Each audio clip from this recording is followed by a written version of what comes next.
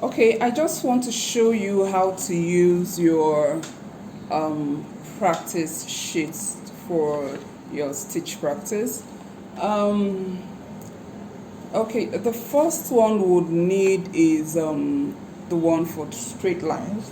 So I didn't bother to do those ones with the straight lines because you can easily use any exercise books that have straight lines on it for that one.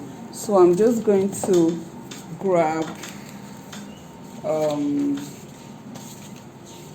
sheet of paper from my jotter and use it to show you what you need to do. So I have a sheet of paper here I tore out from a jotter. So what you do is you want to be able, there's a lever at the back of the machine. That's it there. So this takes up your presser foot and brings it down. So if you lift your foot up, you can put the paper, just take it one line after the other. The line should be directly under the needle. You can gauge that with your eye, and then I'm going to adjust this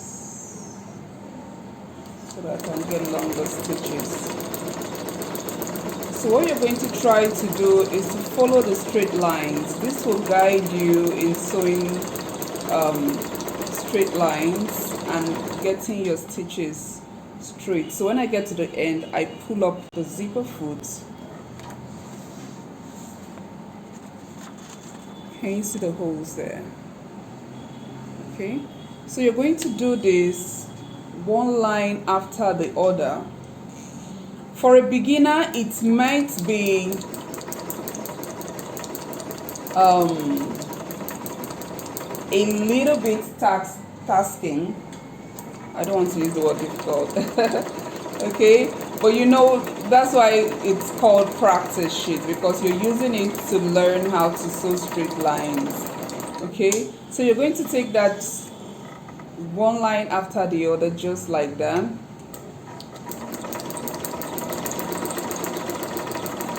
When you're done with one sheet, okay, you just number that number one. You're going to do like 3 or more depending on how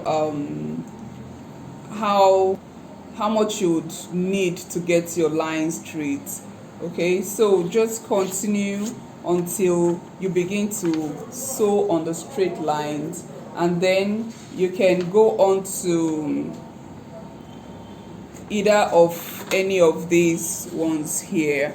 All right, so I'm going to start with the square corners. So this is going to help you with, if you're going to sew angles or corners, how to maneuver your needle so that you can get those corners neatly. I'm still going to adjust my stitches because I would like longer stitches. My machine here has adjustment for the stitch width and the stitch length, so I just adjusted the stitch length to 5 to give me longer stitches.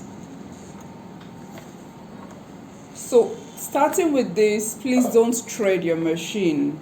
Okay, if you want to practice sewing straight lines and angles, it's advisable not to start with threading your machine. Okay, so just get the lines first and then you can go ahead to thread the machine. So this is what you do.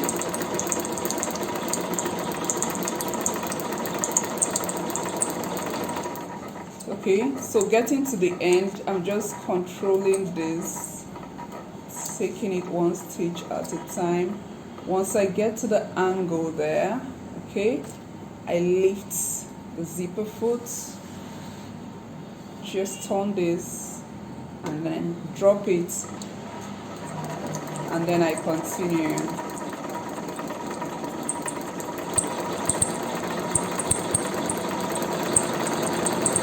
Okay, getting to the end, I'm just going to slow that down a bit.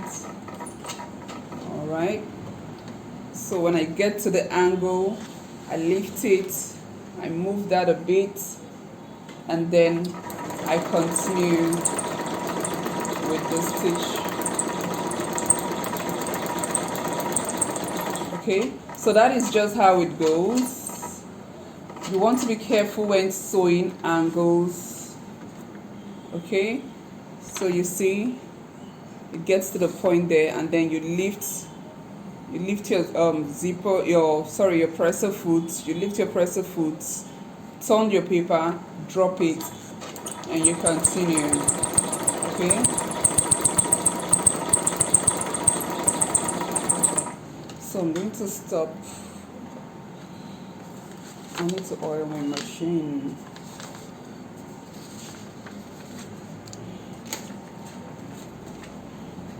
I advise my students to oil your machine every time you have to use it. Once you use it, you're going to have to use it again, let me say the next day or something, make sure you oil before you run your machines. Okay, right now, so we're going to practice this sharp angles. So just same way we did the one with the square corners, we're going to also do this. So getting to the end, you want to be careful, so make sure you don't run past that angle. Okay, lift, turn, and drop it. Okay,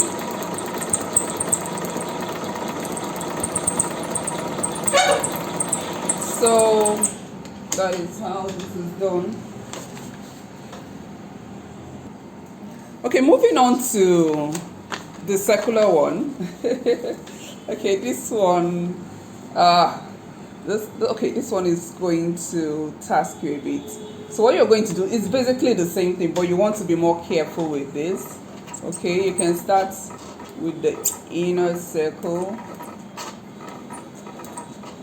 Okay, so you're going to be moving that. I would advise you control it with your legs and your hand at the same time. Okay, so you're going to be turning this with your hand. So you want to take that gradually, one stitch at a time, and then turn the circle. The reason why I say start with the inner circle is because it gets easier as you progress. Okay, so that's just how it goes.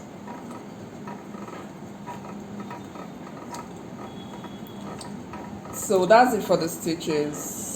So I am going to thread the machine next, so that you see, I don't know, depending on the, we have several machines here, and like almost all of them have different ways that we thread them. So I'm done with this. So this is how you're going to go, and then you finish up all the other circles. You can, like I said, you may have to print these out in different copies and use them to practice. Okay.